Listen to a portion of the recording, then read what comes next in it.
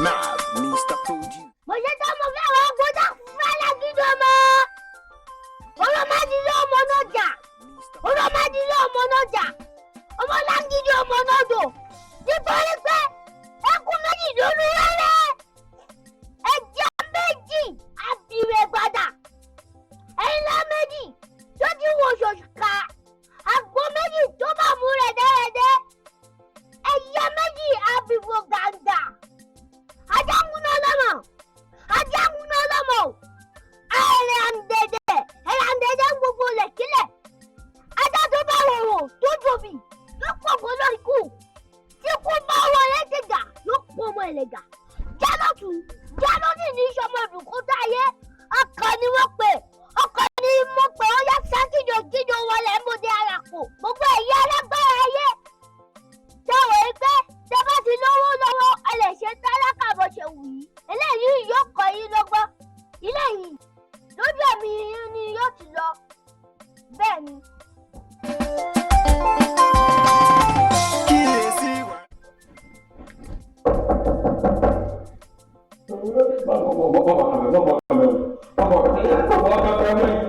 Hello.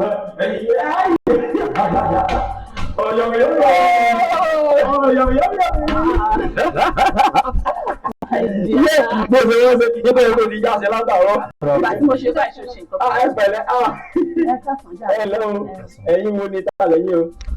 Ẹ mọ sọ̀rọ̀ jìnnà àwọn tẹ́ ń sọ̀rọ̀ ní wọ́n ti kálẹ̀ wá. Wọ́n ti rí afkátẹ̀lẹ̀ wọn. I'm Barrister Kolushu and here is my colleague. Kí ló ṣe ẹ jọ landlord ilé ni a bèrè. Tó bá jẹ́ ti landlord yẹn ẹyẹ méjì ìjálàgbà àwa tẹ́ ń wò yìí lọ́lọ́ gbogbo lẹ́tà wà ní ẹ̀fún ọkọ rẹ̀ ìyàwó rẹ̀. Landlord. Landlady. Well, that's very good. Nǹkan tí a fẹ́ gangan òun náà lè léyìí.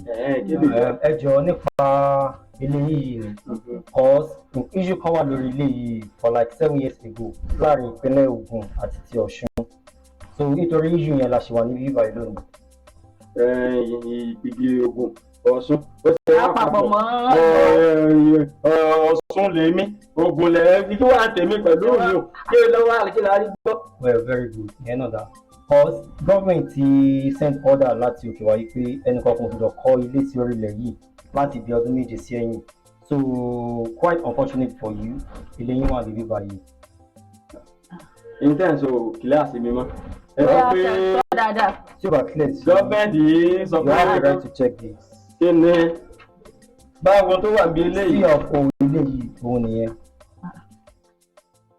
The Ogun State. Government of Ogun State and Oyo State have. You know the kí ni eléyìí náà jẹ́ wọ̀nyí? Ẹ má sọ èyí gbó. Kí ni? You need to leave this house now because this house belongs to government now. Ìdáwó ti ní ọkọ̀ ṣe mú ibo mú bí ihò blọọkù. Ó mọ tí bàbá ìlé lọ́pọ̀lọ́ tẹ́lẹ̀ ṣe rúgbà bí kẹ̀kẹ́ àbáláyé. Ilé ọkọ̀ jẹ́ pé àjìyà kọ́ ni owó onímọ̀ owó aláta gbogbo wọn. Nígbà ní iye pọ́pọ́ tó bọ̀ wù. Bóyá wọn fẹ́ mọ bó ṣe jẹ sẹ́ẹ̀rí ilẹ̀ tẹ̀ ń wò yìí. Nígbà mo rà á bí mo ṣe rà láwọn ní ẹlẹ́ni ẹjẹ́ kọ́lé mi pẹ́ kí n tètè kọ́ lé o. Lórí pé kí ni àwọn èèyàn mọ̀ gbàlẹ̀ bí irú ti yí báyìí. Tó bọ̀ ní gbàgbàlẹ̀ ọmọ ṣe kọ́lé lẹ̀ ẹ má sọ̀gbọ̀ ẹ má sọ̀gbọ̀. You respect my answer. You need to leave this. Ìwọ lè ní gbọ́dọ̀ náà. Excuse me. Ẹ jọ ẹ respect ara yín. Ẹ wá wá mi. Respect for consent. Bàbá mo pàdé. Mo pàdé. Àyùbá àyùbá ìgbẹ́ láti ọ̀. Bàbá ti lé o. Bàbá ti lé o. Ilé ìwé now, àwọn implications tó wà lẹ́yìn ẹ̀ tí ẹ bá já padlock tí government fi ti lé 64 years imprisonment ní tí ẹ bá já. Ilé ìwé ilé ìwé àti náà àdúgbò. Kíyèsí ìwà rẹ o bàbá onílé, kíyèsí ọ̀nà rẹ ìyá onílé. Òfin ìka òfin bú òfin ẹ̀rù yìí pọ̀ jù, kíyèsí ìwà rẹ o kọjọ́ tó lọ.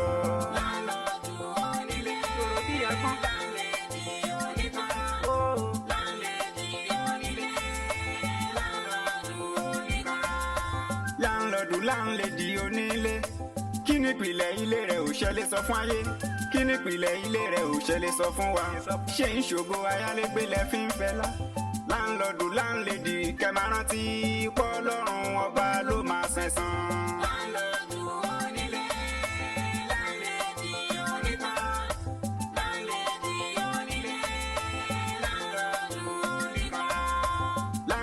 láńlẹ́dì ẹlẹ́gbẹ́ awo ẹ ti fẹnu gbóbi jẹ òyìn nílé di gbogbo àdúgbò ló mọ̀ yín wọ́n mọ bẹ́ ṣe jẹ́ bẹ́ẹ̀ni ẹ bá fún lè pè kò tún ní lárí bẹ́ẹ̀ni tó bá gbé lẹ́yìn kò tún ní rí ṣe ó ti ń rí jẹ tẹ́lẹ̀ ó máa táwọ́ ná ó ti ń rí ṣe tẹ́lẹ̀ kò tún jẹ́ níyàn irú èyí ò dá o ẹ̀ bá lọ jáwọ́.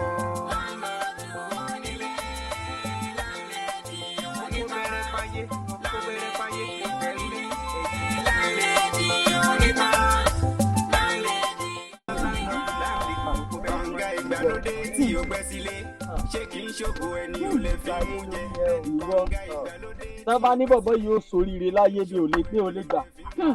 Sẹ́ni tí ò lè dáa fún. Ìwọ ni mo rí mi tó ti ń ta mọ́tò. Bẹ́ẹ̀ ni. Yóò ṣe òun bá wọn fọ mọ́tò ìyàbọ̀ ló ń tàbí kò yé mi. Èmi gangan ni dílà tó ní mọ́tò. Gbogbo àwọn fẹ́ẹ̀ tó wo èèyàn ọmọọṣẹ́ mi gbogbo wọn. Dílà ni ẹ báyìí. Ọlọ́run o, kò mọ̀ sẹ́ni tí ò lè dáa fún o. Ọmọ máa bọ̀. Ó ṣàwọ̀ ẹ̀ pé ata ló sùn sí ní ẹgbẹ́ ibi táwọn pàtì mọ́tò. Wọ́n lé wa ní ìjọba lónìí kinní kan, ilẹ̀ ìjọba la kọ́lé lórí.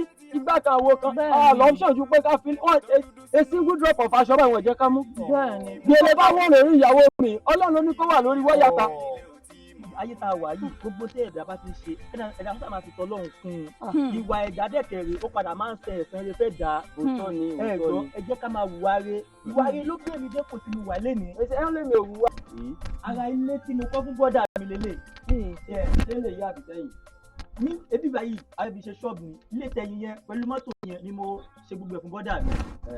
But pẹ̀lú gbogbo tó ṣẹlẹ̀ sí yìí ojúlówó ojú ṣàánú mi ò lé ní mi ò mẹ́rí mọ́ torí ipò tèmi dé yìí ọlá Ọlọ́run àtọ́lá tí mo ṣe dáadáa. Síbẹ̀ náà àfa àfarabalẹ̀ ìgbà tí o ti dà fún ẹ lò fún mi ó wá dà fún ẹ̀sìn òǹdọ́gbọ́n tèjì ó fún mi kí ni ìtumọ̀ yẹn. Ọ̀rẹ́ wa ntọ́lọ́ bá ti dọ́lá fún ẹ jẹ́ ká gbà fún wo ntọ́lọ́ ní kémi wá ṣe nínú ayé yín lèmi ó máa ṣe ibi báyìí ẹ máa lò fún yàrá ẹ máa kọ́ bíbá yìí ẹ máa lò fún kíṣìn bedroom kẹ máa wẹ̀ níbẹ̀ ẹ wọlé Ọlọ́run ló gbọ́lá fún wa lénìí èmi mo kọ́ bíbá fún bọ́dà mi ó ti yé ibẹ̀ yẹn. Bíbá iná ò bá dé tá a bá mú aṣọ àbí tá a pólì tá a sókè tá a dẹ̀ fi nǹkan kan bó ẹnu ọ̀nà tá a kọ̀ọ̀rá fún gbogbo ojú ọ̀nà yìí kò bá dé. Kásímù ẹjọ Kásímù gbóhùn bọ́dà mi. Bọ́dà mi ẹ ọ̀sà mo wò pé àbí mò ń gbọ́dọ̀ bù ní àwọn èèyàn tí ń gbọ́ àlejò tí mo mú wá rè nígbà káwọn máa mánéjì ṣọ́ọ̀bù yìí kan. Bọ́ọ̀tì ló kù ìbọn ló lọ bọ́dà mi.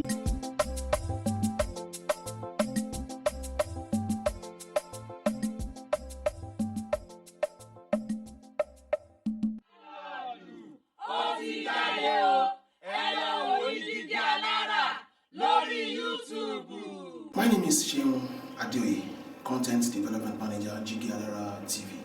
Well, nǹkan pàtàkì kan ni mo mú wá fún wa. Nǹkan tó ṣe gbòógì kan ni mo fẹ́ sọ fún wa. Tẹ́ ẹ bá ti jásẹ̀ ní ẹja yín sí. Ìkànnì Jigi Alara àti pòpọ̀ àti sè àti gbẹ̀kanú ó ti wá jiná báyìí. Àwọn èèyàn tiẹ̀ ti ń gbádùn ẹ̀ nígboro. Kí làwọn èèyàn ń gbádùn tí mo ń gbìyànjú àti sọ ìbọn? Òun náà ni LANDLORD. Ó ṣẹ̀ṣẹ̀ jáde ni láti àkàtà iléeṣẹ́ Jigi Alara TV. Àwọn èèyàn ti ń wò ó, wọ́n ti ń like, wọ́n ti ń subscribe, wọ́n ti ń share káàkiri, wọ́n ti ń pín. Àwọn tó ti wo first episode, àwọn náà lè ròyìn nǹkan tí mo ń gbìyànjú àti sọ yìí. LANDLORD náà ni kò sí bẹ́ẹ̀ ṣe máa wo fíìmù yìí tẹ̀ ní kọ́gbọ́n bí ayálégbé. Kò sí bẹ́ẹ̀ ṣe máa wo tẹ̀ ní kọ́gbọ́n bí landlord. Ẹ̀fẹ̀ àwàdà, ọgbọ́n ìmọ̀ òye ìlanilọ́yẹ̀ kúnkúnnù LANDLORD yìí. Máa wá gbà yín yànjú báyìí, ẹ̀yin náà ẹ darapọ̀ máwọn èèyàn, ẹ fi síbi tí wọ́n kò fi sí. Kẹ́yìn náà wo LANDLORD yìí, ẹ gbádùn ẹ̀ dáadáa, ẹ ní regret pẹ̀lú Sheun Adeoye lórúkọ tèmi lẹ́ẹ̀kan sí Content Development Manager Jigi Alara TV Kachia. LANDLORD ó ti jáde o, ẹ lọ wo Jigi Alara lórí YouTube. Tẹlifíṣàn kan àrà ọ̀tọ̀ tí aráyé fẹ́. Prison 24 TV láyé sọ. Àtúntò àrèrè pàkó yí bàbá màgánà àǹfààní ńlá ló wọlé tọ̀ wá wáyé o. Àǹfààní láti darapọ̀ mọ́ iléeṣẹ́ amóhùnmáwòrán àti rédíò orí ẹ̀rọ ayélujára kan nílẹ̀ yìí. Prison 24 TV Jigi Alara rédíò tó kalẹ̀ ká sílùú Ìbàdàn. Iléeṣẹ́ tẹlifíṣàn tí wọ́n mọ̀ mọ́ àwọn ètò àtàtà lóríṣiríṣi ni. Àǹfààní ńlá rèé o fún gbogbo ẹni tó ní ẹ̀bùn àti ọgbọ́n àtinúdá láti wá fi ẹ̀bùn tiyín náà hàn. Kẹ́yìn náà lè di ìlúmọ̀ọ́ká gbóhùnsáfẹ́fẹ́. Akọ́ṣẹ́mọṣẹ́ agbóhùnsáfẹ́fẹ́ lédè Yorùbá pọ́nbélé àti Gẹ̀ẹ́sì ni wọ́n ní. Tàbí akọ̀ròyìn àti akàròyìn eré ìdárayá àti bẹ́ẹ̀ bẹ́ẹ̀ lọ lédè Yorùbá àtèdè Gẹ̀ẹ́sì. Ayàwòrán cameraman. Aṣọ àwòrán pọ̀, editor editor. Onímọ̀ nípa ìwádìí ìtàn documentary researcher. Onímọ̀ nípa ìpolongo ọjà lójú òpó ayélujára. E-marketer àti akọ̀wé secretary. Àǹfààní tún wà fún ẹni tí ò tí ì máa gbóhùn sáfẹ́fẹ́, ya àwòrán, so àwòrán pọ̀ àti bẹ́ẹ̀ bẹ́ẹ̀ lọ. Ṣùgbọ́n tó gbàgbọ́ wípé o lè kọ́ṣẹ́mọṣẹ́ lórí ẹ̀. Àwọn nọ́mbàs wọ̀nyí ni kẹ́ ẹ pè fẹ́kúnrẹ́rẹ́ àlàyé o 0705-058-0241 àti 09039893895. tàbí kẹ́ WhatsApp nìkan sórí +13472857401. Lórí Facebook, Instagram àti Twitter ẹ kàn sí @prism24tv. Wá lo ẹ̀bùn tiẹ̀ náà níbi táyé ó ti gbà ọ́ ní Prism 24 TV Jígí Alára rédíò. A máa retí yín o. Prism 24 TV Jígí Alára rédíò ní gbogbo àwọn tó dá mọ̀ ń gbọ́. Prism 24 TV Jígí Alára rédíò ní gbogbo àwọn tó dá mọ̀ ń sọ. Tẹlifíṣàn kan àrà ọ̀tọ̀ tí aráyé ń fẹ́. Prism 24 TV láyé sọ. Ó ti àkàṣe.